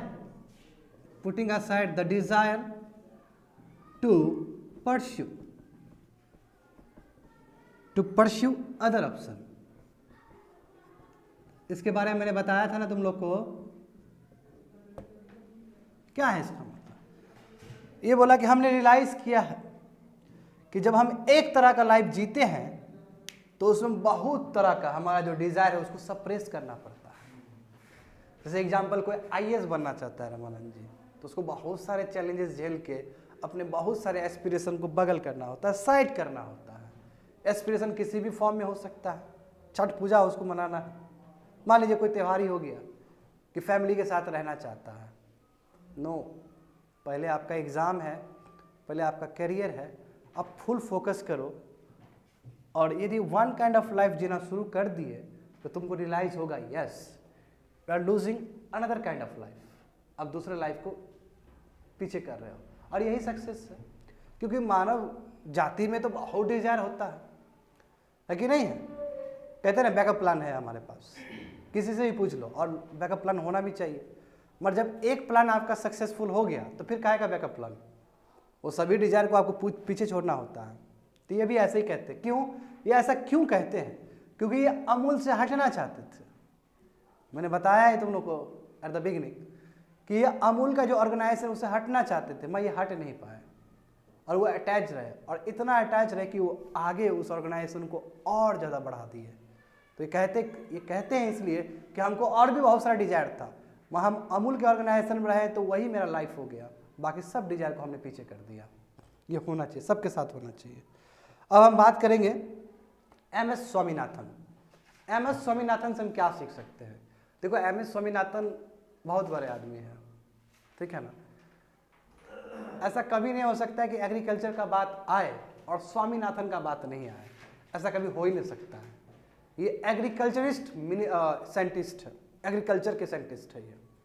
और जब अशोक गुलाटी जब लिखते हैं टाइम्स ऑफ इंडिया में, तो जरूर डॉक्टर स्वामीनाथन के बारे में जरूर लिखते हैं। A2+FL+ 50% कहाँ से आता है ये सब चीज़? A2+FL+ बाकी भी है तुम्हारा कॉम्प्रिहेंसिव, इसको C2 कह देते हैं हम लोग। A2+FL+ C2 है ना, जिस पे डिमांड कर रहे थे ऑर्गेनाइज फार्मर्स लोग, ये कहाँ से आया है? ये स्वामीनाथन का रिकमेंडेशन है। जितने भी देखते हो ग्रीन रेवोल्यूशन भारत में स्टार्ट किसने किया? तो स्वामीनाथन किए हैं। स्वामीनाथन तो कभी कभी पॉलिटिकल टूल भी बन जाते हैं। कोई भी कुछ भी आया बीजेपी को बोलने के लिए, जाओ हमने डॉक्टर स्वामीनाथन ने जो बोला था वही इंप्लीमेंट किया, जाओ, और कोई अगला वाला बोलेगा भी नहीं। क्यों? डॉक्टर स्वामीनाथन का बात माना है ये लोग। तो कभी कभी इनके नाम का गलत तरीके से भी यूज़ किया जा सकता है, किया जाता है। एक मुझे याद आ रहा है, वैल्यू नहीं दे रहा है, मगर जब रोटी सेकना होता है पॉलिटिक्स में, जब कॉमन मासेस को, फार्मर्स को अंदर लेना होता है, तो डॉक्टर स्वामीनाथन का जिक्र होता ही होता है। और डॉक्टर स्वामीनाथन कब से बोल रहे हैं कि MSP ऐसा लागू होना चाहिए? जो आज MSP का जो डिवाइस मैकेनिज्म है किसने दिया? डॉक्टर स्वामीनाथन ने दिए। भारत में ये स्थिति था कि हम लोग डिफिसिट में चल रहे थे फूड को लेके, तो फूड सरप्लस हुआ, क्रेडिट किसको जाता है? इनको जाता है। एक टाइम था कि लाल बहादुर शास्त्री बोले कि एक टाइम का उपवास करना चाहिए लोगों को, है कि नहीं है? शुरू में खुद ही किए अपने फैमिली के साथ, being a prime minister of this country, वो करते हैं, उपवास करते हैं, ये सोच के कि यदि हम उपवास करेंगे तभी ना हम कॉमन जनता से वो करेंगे, एक्सपेक्ट कर सकते हैं। तो लीडर हो तो ऐसा लीडर हो ना, नहीं तो हम सबसे इच्छा रखते हैं कि सब अच्छा आदमी हो, मगर हम खुद अच्छे नहीं हैं। तो ये तो डबल स्टैंडर्ड वाला बात हो गया ना। तो उस टाइम में कोई एक साइंटिस्ट आना और पूरा चेंज कर देना सिनेरियो, तो क्रेडिट जाता है स्वामीनाथन को, कि बिल्कुल वही दौर था ये। हमारे भारत में कब हरित क्रांति स्टार्ट हुआ? वही 60s और 70s, 60 और 70 के दशक में। जो एक आदमी जो सबसे फेमस था, जिन्होंने पूरा चेंज कर दिया इंडिया का सिनेरियो, वो डॉक्टर स्वामीनाथन है। तो स्वामीनाथन को कभी नहीं भूला जा सकता है। इनफैक्ट मैं तुम लोगों को बता दूं, फार्मर्स को भी पता है स्वामीनाथन के बारे में। जो थोड़ा भी पढ़ा लिखा फार्मर्स है ना, तो स्वामीनाथन के बारे में जानता है। तो भले ही वो साइंटिस्ट रहे हो, देखो इनका अच्छा बात क्या है कि वो साइंटिस्ट तो है अपने जगह, मगर वो फील्ड में भी जाकर वर्क किए हैं। यानी कि एक एग्रीकल्चर जो बोलते हैं ना, फार्मर का जो भूमिका, वो भी अदा किया इन्होंने। नहीं तो इतना बेहतरीन कोई नहीं बता सकता है। AC ऑफिस में बैठ के इतना अच्छा कोई प्रोग्राम और पॉलिसी नहीं डिवाइस कर सकता है, अनलेस वो अब्राहम लिंकन के तरह ग्राउंड लेवल पे जाके बात ना करे। अब्राहम लिंकन से याद आया तुम लोग को कुछ? सवाल है कि जैसे भारत जैसे देश में अगर उतना एजुकेशन नहीं हो, प्लस जहाँ जिसके लिए पॉलिसी बना रहे हो उतना अवेयर नहीं हो, वो उतना नॉलेज नहीं हो, तो टॉप में जो बैठे लोग हैं वो तो मैनिपुलेट करते ही है ना। मगर हम समझ रहे हैं, ये आपका प्रॉब्लम समझ रहे हैं। ये प्रॉब्लम सदाबहार रहेगा जब तक आप बड़ा रिफॉर्म्स नहीं लाते हैं। जब आप रिफॉर्म्स भी लाते हैं तो इस तरह आपका अटक जाता है। ये भी आप बात समझना होगा कि चलिए ठीक है, मोदी जी का तीनों एक्ट में आपने कर दिया कि चलो नल एंड वाइड हो गया, चलो ठीक है आपने कर दिया, मगर क्या तीनों में ही इंटेंट गलत था? तो ऐसा तो नहीं कह सकते हैं। अशोक गुलाटी ने पूरी तरीके से हरी झंडी दिया है। एक बिहार का फार्मर यदि केरल में बेच सकता है तो इससे बेस्ट क्या हो सकता है? ये तो पूरा आपने खोल दिया। मगर चूंकि इतना कॉन्स्टेंट है ना, इतना चैलेंजेस है स्टेट टू स्टेट, स्टेट में बहुत वेरिएशन है, मतलब स्टेट का अंदर वेरिएशन है, इंट्रा स्टेट प्रॉब्लम है, एक स्टेट टू स्टेट प्रॉब्लम है ही। उत्तर प्रदेश और बिहार का तो प्रॉब्लम है ही अपने अपने स्टेट में, एक डिस्ट्रिक्ट का ही प्रॉब्लम है। जैसे 75 डिस्ट्रिक्ट है उत्तर प्रदेश में, इस बार जो चुनाव है 75 डिस्ट्रिक्ट। अब क्या 75 डिस्ट्रिक्ट में जो एग्रीकल्चर का जो समीकरण सेम है क्या? नहीं है ऐसा, तो फिर वो भी प्रॉब्लम है। और हम जानते हैं कि बिहार में क्या हुआ है 80 और 90 के दशक में, कि एक लॉ के वजह से सामान ले ही नहीं सकते थे हम, फिर उसको हटाया गया वहाँ से, तभी ना वो हम क्लॉज जोड़े थे वहाँ पे, ताकि बिहार का एस्पिरेशन पूरा हो सके। और इसलिए नेशन को आना पड़ा बीच में, एंटी 33 के हवाला आना पड़ा, तो वही इस बार यूज़ करने का प्रयास था एंटी 33। एंटी 33 यदि यूज़ करते हैं, जो कि है, आप ट्रेड एंड कॉमर्स के लिए एंटी 33 यूज़ कर सकते हैं संविधान का, मगर दिक्कत क्या है, it goes again the anti federalism concept, क्योंकि एग्रीकल्चर स्टेट सब्जेक्ट है, और स्टेट सब्जेक्ट तो है मगर डोमिनेंट सब्जेक्ट है। बात समझिए, केवल स्टेट सब्जेक्ट होने से नहीं होता, ये डोमिनेंट सब्जेक्ट है। डोमिनेंट सब्जेक्ट मतलब क्या? एक आप लोग जानते हैं डॉक्ट्रिन ऑफ रिपग्नेंसी। मान लीजिए कोई कंकरेंट लिस्ट में रहे, तो कंकरेंट लिस्ट में रहता है तो क्या होता है कि स्टेट भी बना सकता है उस पर कानून व्यवस्था, और सेंटर भी बना सकता है। जब दोनों में क्लैश करेगा तो ऑलवेज यूनियन का ही प्रिवेल होगा, that is called doctrine of repugnancy. बस सबसे बड़ा सवाल है कि चलो ठीक है, कंकरेंट लिस्ट में दोनों का है, यानी कि स्टेट और सेंटर दोनों का अधिकार है, मगर यदि डोमिनेंट लेजिस्लेशन हो तो, यानी कि अधिकार ज़्यादा स्टेट का बनाने का हो तो तब क्या होगा? क्या डॉक्ट्रिन ऑफ रिपग्नेंसी वहाँ पे क्या प्रिवेल किए जाएंगे? ये बहुत बड़ा सवाल था इस बार भी। क्यों? क्योंकि सुप्रीम कोर्ट ने कई बार अपने वर्डिक्ट में ये कहा है कि डॉक्ट्रिन ऑफ जो डोमिनेंट लेजिस्लेशन है वो हमेशा प्रिवेल होगा ओवर डॉक्ट्रिन ऑफ रिपग्नेंसी। ये बहुत बड़ा बात होता है, यानी कि स्टेट को आके सुप्रीम कोर्ट का संरक्षण मिलना बहुत बड़ी बात है कि नहीं? ये अलग बात है। इस बार 1.5 साल उसको फ्रीज किया गया। उसको फ्रीज करने का मतलब ही क्या था कि चलो ठीक है, स्टेट को भी ले ले कॉन्फिडेंस में, फार्मर्स को भी कॉन्फिडेंस में ले, और अल्टीमेटली क्या हुआ? हटाना पड़ा उसको। तो यानी कि कोई एक लीडर यदि 3 लेके आता है फार्म को और कहता है कि वो रिफॉर्म्स लाना चाहता है, तो पूरा इंडिया भर में होता ही नहीं है, तो आप क्या एक्सपेक्ट करिएगा कि कैसे रिफॉर्म्स आएगा? ये भी बड़ा सवाल है, और आने वाले समय में रहेगा। क्यों? वेरिएशन है ना। तो यहाँ पे काम क्या होना चाहिए? यहाँ पे काम होना चाहिए स्टेट को प्रोएक्टिव मेजर लेना चाहिए। यहाँ पे जैसे एग्जाम्पल देखिए, ऐसा बहुत सारा हुआ है भारत में जहाँ पे स्टेट आगे आके, जैसे एग्जाम्पल देखिए सबसे वैल्यू एडेड टैक्स, मनमोहन जी बोलते रह गए कि वैट लाओ, एक स्टेट लाया वैट, वो देखा कि वैट लाने से तो फायदा है स्टेट को, स्टेट का रेवेन्यू बहुत अच्छा होता है, तो एक स्टेट को देख के दूसरा स्टेट लाया, फिर दूसरा स्टेट को देख के तीसरा स्टेट आया, तो सब टोटल वैट कॉन्सेप्ट लेके आ गया। क्यों? पता चला कि वैट वाला जो कॉन्सेप्ट है, वैल्यू एडेड टैक्स वाला, उससे स्टेट का रेवेन्यू जनरेट होता है। तो ऑन सिमिलर लाइन क्या एग्रीकल्चर के साथ ऐसा नहीं हो सकता है क्या? एग्रीकल्चर के साथ भी तो अपना नए तरीके से हम ला सकते हैं। जैसे बिहार स्टेट आगे बढ़ा एग्रीकल्चर रिफॉर्म्स को लेकर, उत्तर प्रदेश भी बढ़ेगा, साइड एरिया में होंगे ही होंगे, फर्क पड़ेगा ही। जैसे हमने देखा है लॉकडाउन के टाइम में भी एक स्टेट ने लगाया तो दूसरे स्टेट में फर्क पड़ा है, दूसरे स्टेट ने लॉकडाउन को हटा दिया तो फिर तीसरे स्टेट में फर्क पड़ा है कि नहीं है? तो बिल्कुल स्टेट को अपने लिए सोचना चाहिए। नेशन कितना, यूनियन कितना बार सोचेगा जी? तो ऐसा एक एडिटोरियल भी आया था, उसमें ये सभी चीज जिक्र थे, तो वेरी वेरी इंपॉर्टेंट। देखो MS. Swaminathan,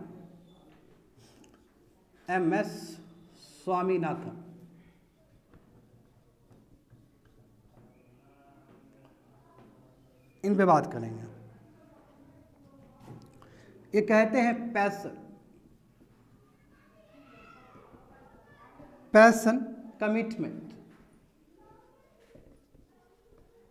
commitment and focused work कैसा? फोकस्ड। इससे आप गोल को अचीव कर सकते हैं, पैशन होना चाहिए अपने काम को लेकर। पैशन है ही नहीं, बताओ, एक IAS का तैयारी कर रहा है, कोई पैशन ही नहीं है, कमिटमेंट ही नहीं है, और वर्क फोकस्ड ही नहीं है, तो नहीं हो पाएगा। गोल को अचीव करने के लिए 3 चीज़ का बहुत ज़रूरत है एज पर स्वामीनाथन। ये ऐसा कहते हैं। ये कहते हैं कि नेवर हेजिटेट टू कोलैबोरेट। कभी भी कोलैबोरेशन से नहीं डरना होता है, नहीं डरिए। Never hesitate to collaborate with others for bigger goal. यदि गोल बड़ा हो, देश का निर्माण का बात हो रमानंद जी, तो अकेले करने से कैसे होगा? सबको जोड़ना पड़ेगा हमको, जितने भी स्टेक होल्डर है सबको लेके आओ ना, तभी हो सकता है कुछ चीज़, लार्जर गोल तभी अचीव हो सकता है। ये देखो, ये भी कहते हैं, ये अलग बात है कि फर्टिलाइजर सब यूज़ किए हैं, इनके टाइम में दौर में यूज़ हुआ, मैं ये हमेशा सस्टेनेबल एग्रीकल्चर का बात करते थे, सस्टेनेबल एग्रीकल्चर का बात करते थे। Very very important. क्या होता है sustainable agriculture Sunil? What is sustainable agriculture? जल्दी बोलो। जब तक सस्टेनेबल एग्रीकल्चर नहीं होगा, प्रैक्टिस नहीं होगा, तो हम एवर ग्रीन रेवोल्यूशन नहीं कर पाएंगे। यानी कि हम जब सस्टेनेबल एग्रीकल्चर करेंगे तभी हमारा एक्चुअल में एवर ग्रीन रेवोल्यूशन हो पाएगा। फर्टिलाइजर यूज़ कर लिए, पेस्टिसाइड यूज़ कर लिए, high yielding variety of seed use कर लिए, इरिगेशन आपने बना दिया, और उसके बाद आपने कहा कि चलो ग्रीन रेवोल्यूशन हो गया, है कि नहीं है? मैं एवर ग्रीन करना है आपको, सदा बाहर रहे, तो जरूरी है कि सस्टेनेबल एग्रीकल्चर प्रैक्टिस करना होगा। क्या है मतलब सस्टेनेबल एग्रीकल्चर? एग्रीकल्चर बिना फर्टिलाइजर का, जो पूरा खेत को खराब नहीं करे, हमारा नेक्स्ट जनरेशन भी उसको चलाया अच्छे से। हाँ, organic farming is a kind of sustainable agriculture. Zero budget natural farming is a kind of precision agriculture, vermi culture, है कि नहीं है? सब तुम्हारा क्या है? वही तो है। सस्टेनेबल एग्रीकल्चर इंपॉर्टेंट है in order to achieve in real sense evergreen revolution, जिसको बोलते हैं रियल सेंस में करना हो तो। ये क्या कहते हैं? ये कहते हैं कि देखिए, जो कंट्री का जो आप बात कर रहे हैं वेलफेयर का, कंट्री का जो वेलफेयर है वो पूरी तरीके से डिपेंड करता है फार्मिंग कम्युनिटी के ऊपर। देखिए कितना बड़ा बात है ना? क्यों? क्योंकि यदि मैं आंकड़ा दूं अभी तो समझ में आ ही जाएगा सब लोग को। भारत जब आज़ाद हुआ तो 80 से लेके 85% हमारे फार्मर्स भाई लोग थे, और अभी इतना आगे पहुंचने के बावजूद भी, एलपीजी आने के बावजूद भी, जो रिसेंट आंकड़ा कहता है कि 43% जो वर्कफोर्स है, जो 43% वर्कफोर्स है, वो अभी एग्रीकल्चर से ही रिलेटेड है। तो हम कह सकते हैं कि सच में ही फार्मिंग कम्युनिटी का बहुत बड़ा रोल है, और यदि इस तबका को ठीक किया जाए तो ऑटोमेटिकली अपने आप सब तबका ठीक हो जाएगा। कैसे? क्योंकि एग्रीकल्चर प्राइमरी एक्टिविटी है। यदि बचपन में जो बच्चा अच्छे से पढ़ा होगा तो सेकेंडरी में भी उसको एक्सपेक्ट कर सकते हैं कि वो अच्छा से पढ़ा, फिर उसके बाद हायर सेकेंडरी में भी अच्छे से पढ़ा, है ना, फिर कॉलेज में भी अच्छे से पढ़ा, मास्टर में भी अच्छे से पढ़ा। तो सेक्टर तो इसी तरह लिंक है। प्राइमरी सेक्टर का उत्थान ही नहीं हुआ आपका, तो आप क्या एक्सपेक्ट करिए कि मैन्युफैक्चरिंग का उत्थान होगा? हाँ, सर्विस उत्थान हो जाता है, उसके पीछे दूसरा लॉजिक है, वो आपका ग्लोबलाइजेशन लॉजिक है उसके पीछे। मगर यदि प्राइमरी, क्योंकि हमारा देश में, तो ये तो मैंने बहुत पहले ही बोला है, हमारे देश में सबसे विडम्बना की बात यह है कि हम एग्रीकल्चर से डायरेक्ट सर्विस की तरफ मूव कर गए।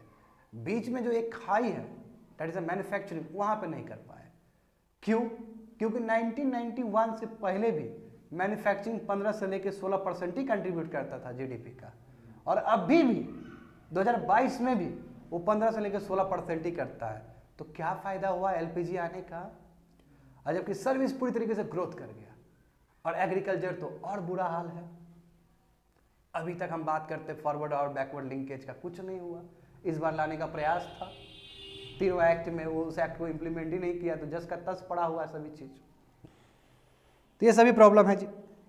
तो मैं इनके बारे में बताना चाहूँगा, इनका एक कोटेशन बताना चाहूँगा स्वामीनाथन, और भी मैंने लिख दो, credit for green revolution.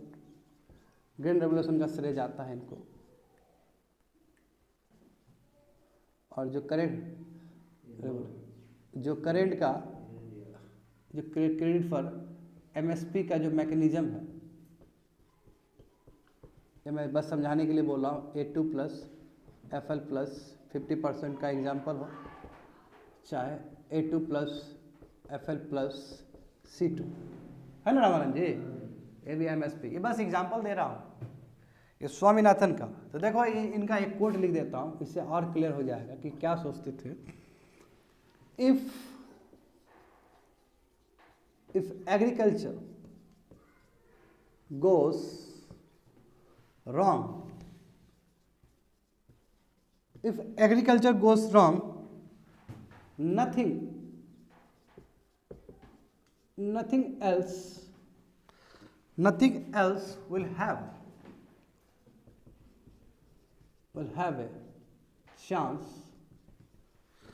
have a chance to go right in the country, quoted unquoted। देखो क्या बोल रहे हैं, इसका मतलब देखते हो इनका कितना ज़्यादा एग्रीकल्चर पे फोकस।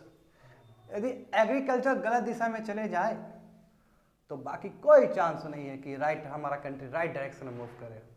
यानी कि कंट्री को सही डायरेक्शन में मूव करवाना है तो एग्रीकल्चर को राइट डायरेक्शन में मूव करवाना ही पड़ेगा। वो डोंट हैव अदर ऑप्शन। देखो ना, आंकड़ा समझ में आ जाना चाहिए ना। अब 50%, 43 को हम लूजली 50% कह सकते हैं। जब 50% किसी सेक्टर पे डिपेंडेंट हो और उसको यदि ठीक से कैरी नहीं किया जाए तो क्या स्थिति होगा। आज कोई भी किसान नहीं चाहता कि उसका बेटा किसान बने। क्या इसके पीछे लॉजिक है? यही सब है जी, समझ रहे हो। वो भी चाहता है कि उसका बच्चा पढ़ लिख के कुछ बन जाए। यदि किसान में इतना फायदा होता, किसानगिरी करने में इतना फायदा होता तो अपने बच्चे को सिखाता कि बाबू किसानी करो ना, बहुत फायदा है, इज्जत भी है। एक तो इतना तुम फसल भी उगाओ, उसका कोई इज्जत भी नहीं है। क्या है तो किसान है, क्या है तो पढ़ा लिखा नहीं है। तो ये सब डिमोटिवेट करता है ना। वो भी तो करवा सकते हैं, अपने बच्चे लोगों को पढ़ा के आगे नहीं भेज सकते हैं क्या? नेक्स्ट जनरेशन कर ही रहा है काम। तो ये सभी चीज़ प्रॉब्लम है। क्या रामानंद जी कुछ ऐड करना चाहेंगे स्वामीनाथन का आप? ये सर एग्रीकल्चर ये है। हाँ बिल्कुल, MSP वाला बात है। यही लागू किया। हाँ यही इनका ही मैकेनिज्म है। यही बोले थे कि ऐसा ऐसा होना चाहिए। 50% है टोटल जितना कॉस्ट है। हाँ जितना है कॉस्ट है बिल्कुल उसका 50%। FL ये आपका जो आपका मेहनत लग रहा है, घर में 4 आदमी काम कर रहे हैं तो उसको पैसा मिलना चाहिए ना, लेबर वर्क, लेबर कॉस्ट। और ये जो C2 है ये और डेंजर है, एंटरप्रेन्योरशिप। समझ गए ना? तो ओके, आप क्लिप कर सकते हो आपसे।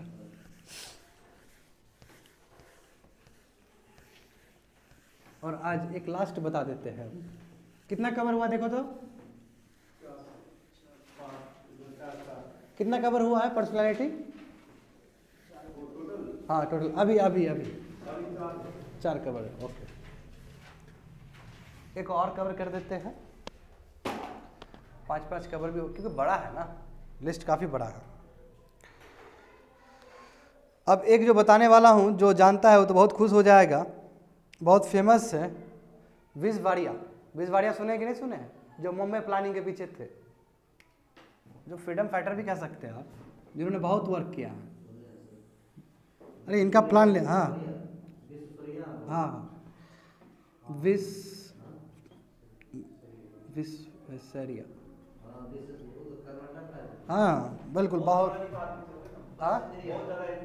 हाँ बिल्कुल, हाँ इंजीनियर बहुत फेमस आदमी है ये हमारे प्लानिंग में भी, भारत आज़ाद होने से पहले भी इनका प्लानिंग था भारत के लिए। ये बहुत रिनाउंड आदमी है ये विश्वेश्वरैया, बहुत इंपॉर्टेंट है जी। हाँ बस, हाँ फादर ऑफ इंजीनियरिंग कहा जाता है बिल्कुल।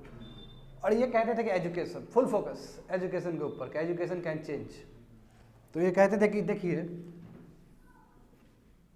कि जो फाइनेंशियल डिफिकल्टी है, किसी को भी फाइनेंशियल डिफिकल्टी रहता है,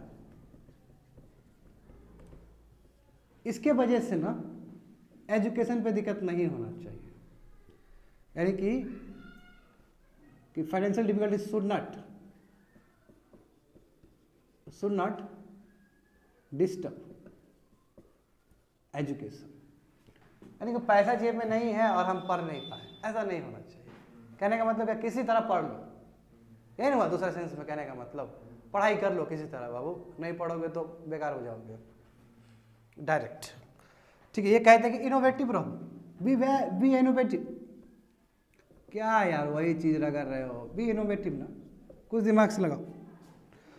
ये बोलते हैं कि जब भी टास्क हो तो टास्क को कैसे कंप्लीट करो, task should be completed with focus, full focus के साथ, focus and dedication, focus and dedication, focus और डेडिकेशन के साथ काम करना चाहिए। ये कहते हैं कि integrity, integrity very very important, integrity at work. जितने भी बड़े लोग हैं यही कहेंगे, इंटीग्रिटी एट वर्क, काम में फुल इंटीग्रिटी होना चाहिए, कोई लाग लपेट नहीं होना चाहिए। ये कहते हैं बी ऑनेस्ट, ऑनेस्ट रहिए ना, बहुत फायदा होगा, ऑनेस्ट रहने से बहुत फायदा होगा। ये कहते हैं कि ऑनेस्ट रहने से ये फायदा होगा कि कभी भी आपको दिक्कत नहीं होगा। झूठ का वही बात है, यदि हम ऑनेस्ट नहीं हैं, जैसे एग्जांपल ये तो हमारे रह भी चुके हैं ना, हमारे वो भी रह चुके हैं, यूनियन कैबिनेट में भी रह चुके हैं, बहुत बड़े आदमी थे ये क्या कहते हैं, ये देखिए, ये गवर्नमेंट का कार यूज़ करते थे जब ये ऑफिशियल वर्क करते थे, देखिए, और प्राइवेट कार यूज़ करते थे जब अपना ये प्राइवेट अपना पर्सनल वर्क करते थे। इसी से पता चल जाता है हमें कितना ऑनेस्ट है ये आदमी। एग्जाम्पल देखिए, लाल बहादुर शास्त्री और APJ अब्दुल कलाम, तो ये सब यदि शिखर पे पहुँचे हैं तो ये कितना इंटीग्रिटी, कितना ऑनेस्टी को मेंटेन करके लाइफ में आगे बढ़े हैं। हमें इन लोग से सीखना चाहिए, फुल एथिकल हो, इंटीग्रिटी जर्नी है, जितने भी एथिकल वैल्यूज है उसका सबका जर्नी है इंटीग्रिटी। इंटीग्रिटी से ही शुरू होता है सब एथिक्स। इंटीग्रिटी अच्छा है इसका मतलब सब आपके जितने भी एथिकल और मॉरल वैल्यूज है सब अच्छे हैं। तो ये देखिए, इनसे हम सीख सकते हैं। ये कहते हैं कि जो डिसीजन लेते हैं हम, जब हम कोई भी डिसीजन लेते हैं तो स्टेक होल्डर को जरूर पूछना चाहिए, स्टेक होल्डर से जरूर हमको पूछना चाहिए, कंसर्न करना चाहिए स्टेक होल्डर्स से। यानी कि क्या है इसका मतलब, इसका मतलब है कि आपका जो थॉट प्रोसेस है वो बहुत ही डेमोक्रेटिक है। डेमोक्रेटिक थॉट हुआ कि नहीं हुआ? कोई भी चीज़, कोई भी काम करेंगे तो सब आदमी को बुला के पूछेंगे कि देखो ऐसा प्लान है, सही है, या कुछ हमको इनपुट देना चाहते हो। अभी तो ऐसे ऐसे पॉलिटिशियन आ गए कि जहाँ मन किया है ऐसी दफ्तर से चलवा दो, नोटबंदी करवा दो। क्या है ये सब? यदि ठीक से डेमोक्रेटिक प्रिंसिपल्स को अप्लाई किया जाता तो लोग को समझ में आता कि यहाँ पे बहुत सारे हमारी माताएं भी हैं, बहनें भी हैं, जो जेब काट काट कर रखी है पैसा ताकि उसका बच्चा को पढ़ा सके, है ना, और शादी ब्याह हो तो थोड़ा सा कुछ गिफ्ट दिया जा सके। इसी तरह पैसा कलेक्ट करते हैं। ये पूरा हम बता रहे हैं हिंदुस्तान का विलेज एरिया का बता रहे हैं। एक बार में आपने एक डिसीजन ले लिया और उससे जो असर पड़ा है वही अलग बात, लेकिन मीडिया ने कहीं उसको दिया ही नहीं। 100+ लोग मरे हैं उस पर। 100+ क्या हो तो बहुत ज़्यादा होगा मेरे हिसाब से। पैसा जेब में नहीं तो आदमी मरेगा ही मरेगा, कुछ नहीं कर सकते हो। तो इस तरह का ऑटोक्रेटिक डिसीजन नहीं होना चाहिए। कम कैबिनेट को ही पूछ लेते हैं, है ना, या फिर पार्लियामेंट में प्रस्ताव लेके आते, पार्लियामेंट में लेके आते तब हम मानते हैं कि डेमोक्रेटिक आपका थॉट है। तो इस पे भी काम, इससे सीखना चाहिए हमें। और देखिए, ये देखिए सबसे इंपॉर्टेंट मैं वही बोल रहा हूँ, education to be valued. Education को वैल्यू देना चाहिए। एजुकेशन को आदमी सर दर्द की तरह लेता है, एजुकेशन को वैल्यू देना चाहिए। और देखो, क्योंकि विश्वेश्वरैया ही वो आदमी है जिन्होंने मैसूर यूनिवर्सिटी का निर्माण किया था, यदि ठीक से किसी को याद है तो, है ना रामानंद जी, जो कर्नाटका का आप जो बोले हैं। हाँ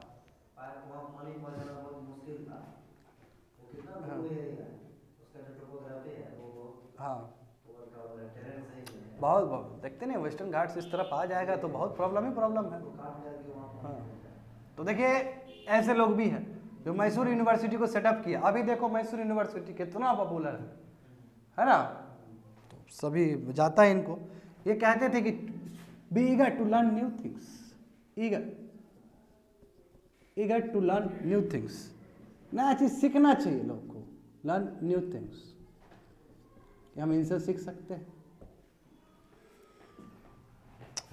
ये बिल्कुल, ये इनका यदि पर्सनल बात करूं मैं तो बहुत ही डिसिप्लिन्ड आदमी थे, करेज ऑफ कन्विक्शन था इनका, बहुत ही मॉडेस्ट थे। यानी कि जो वैल्यूज हम जो इनसे सीखते हैं वो एक साइड में लिख देता हूं मैं, जैसे हम इनसे सीखते हैं डिसिप्लिन, हम इनसे डिसिप्लिन सीखते हैं जी, हार्ड वर्क सीखते हैं इनसे,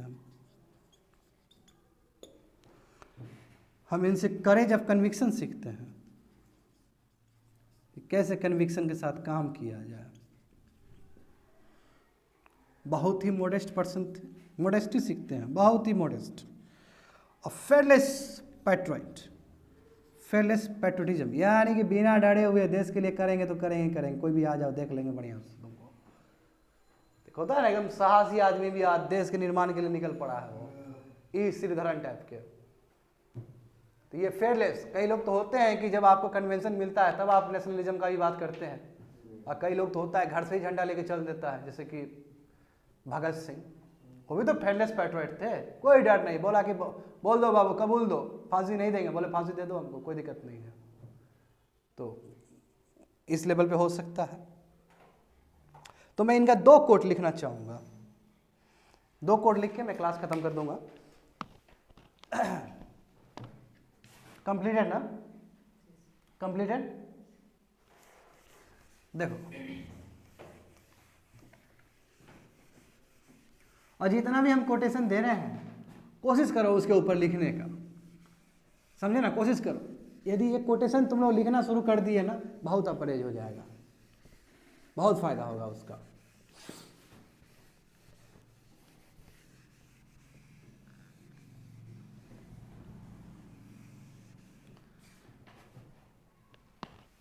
इसलिए नहीं तो मैं कोटेशन नहीं लिखवाता। कोटेशन लिखने से क्या होता है कि पता चलता है कि वो क्या सोचते हैं। देखो first quote, work perform with higher education, और स्किल कैपेसिटी और ambition, comma usually brings a corresponding higher reward.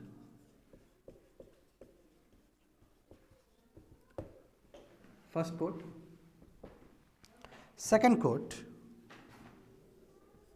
remember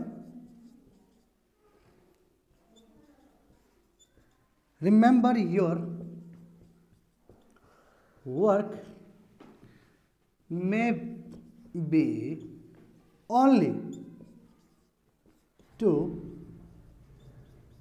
sweep a railway crossing, engineer है, बात तो करेंगे ही इस सब चीज का, railway crossing, but it is your duty, to keep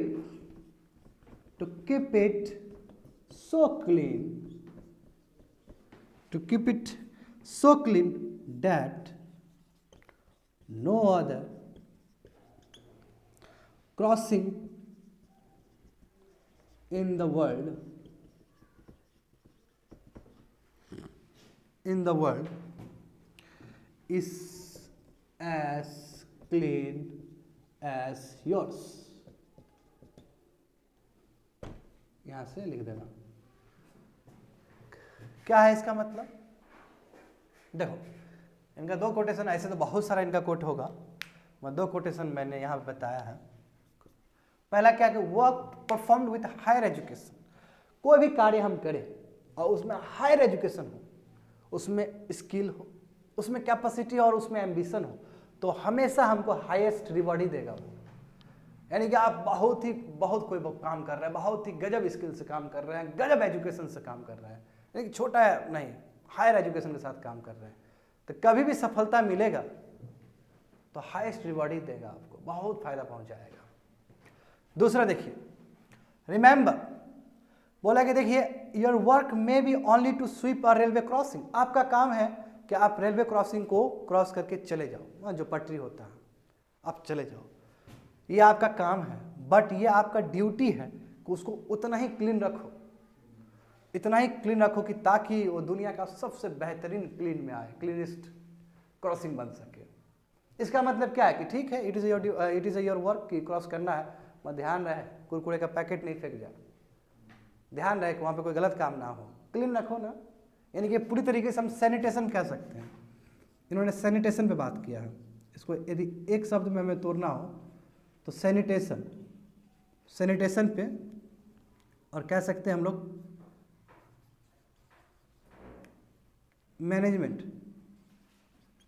management of public assets, है कि नहीं रामानंद जी? क्योंकि पब्लिक एसेट को हम कुछ नहीं समझते हैं, जहाँ मिला तोड़ ताड़ दिए, ट्रेन में गए उठा लिए, पंखा ही खोल के चले गए, नो ऐसा नहीं होना चाहिए। सैनिटेशन में फुल, यदि मैं डिकोड कर रहा हूँ इसको कि सैनिटेशन हमको बहुत ज़्यादा सैनिटेशन में काम करना चाहिए और पब्लिक एसेट को अच्छे से मेंटेन करके रखना चाहिए। यदि इसको मैं डिकोड करूँ तो इसमें पूरी तरीके से क्या कहा गया, एजुकेशन, जितना एजुकेशन अच्छा होगा उतना ही रिजल्ट अच्छे होंगे, है कि नहीं? क्योंकि जितना एजुकेशन होगा उतना स्किल होगा, और जितना ही स्किल होगा वो हमारे कार्य में दिखेगा। दैट्स इट, समझ गए ना? खत्म कर दिए।